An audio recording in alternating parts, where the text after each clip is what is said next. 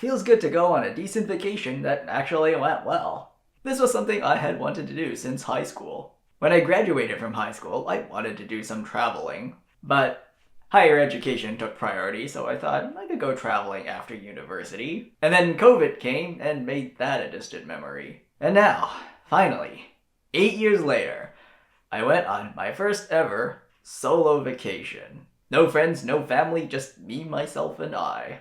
And despite everyone telling me that I made a terrible decision going to an expensive place like Vancouver during Taylor Swift's Eras tour, and despite everyone telling me that I stayed at a terrible hotel, and despite people telling me that I could have gone to Japan and enjoyed twice the stuff for half the price, I don't care. You have to understand what perspective I'm coming from. I'm a guy who, before this trip, never been on a plane, never done a solo vacation, and never even crossed time zones.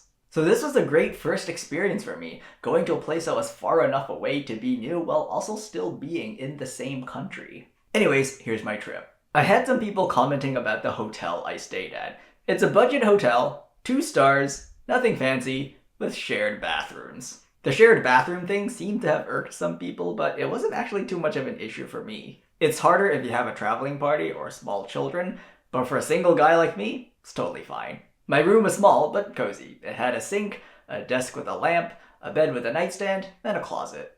And there was Wi-Fi. That's a must.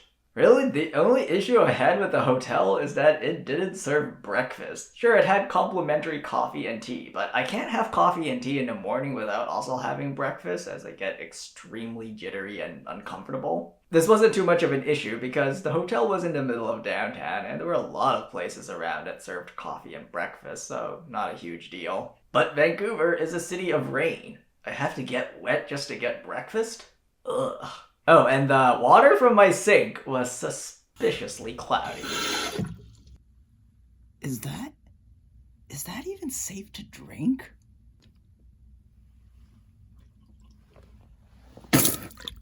Ugh. Puh. Ugh. I guess I could use this to brush my teeth, but I'm definitely not drinking this. Fortunately, every restaurant that I ate at served water for free, so I just drank that. And there was a vending machine that sold a bottle of water for $2.50. For some reason, soda was cheaper. Why is being healthy more expensive? Really, I mostly just needed a hotel where I could put down my stuff safely and have a place to come back to at the end of the day to sleep and charge my phone and take a shower. This cheap hotel did all that and was in the middle of downtown, so wasn't too bad. And considering other hotels were doing like $2K a night, the fact that this was only about $300 a night was a pretty good deal.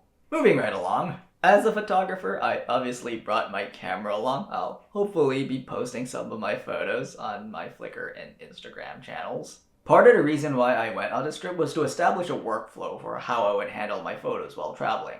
I brought along this SSD, which I bought over a year ago, intended for travel, as a backup drive. Oh boy, here comes Enoch harping about backups again. I would transfer photos from my camera onto my laptop and then sync those photos onto my SSD, so I would always have at least 2 copies of every photo. You still have to have backups when you're on vacation.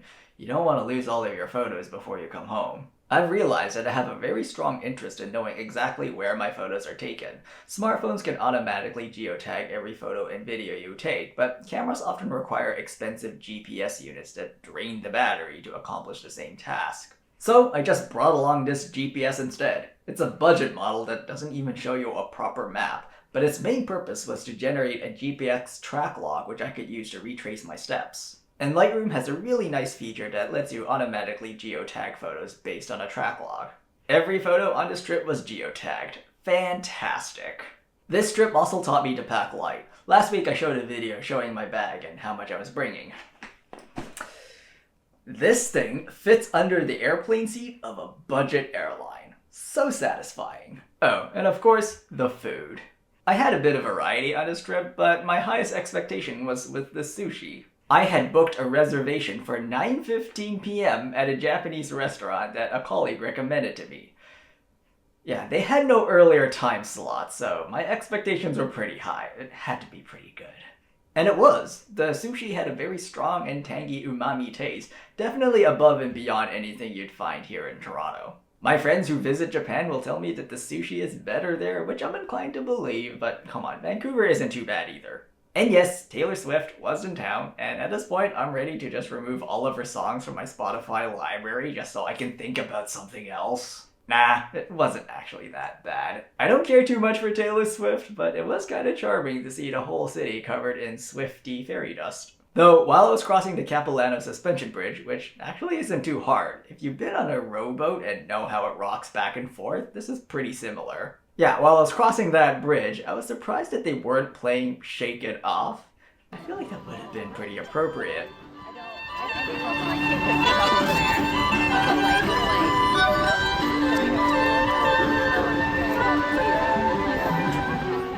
Really, the only two things that I would have wanted to change about this trip was, one, make it longer, and two, to bring along this large telephoto lens to photograph the birds at Stanley Park.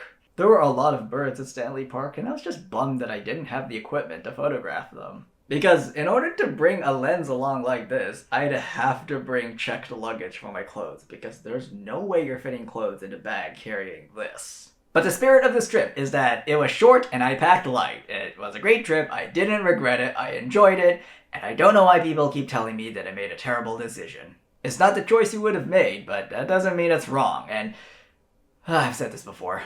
Cheers for the next vacation, which will probably be very soon. It's not a solo vacation, it will be with friends, once details are confirmed. Oh, before I forget, I did bring one souvenir. You would not guess what it is.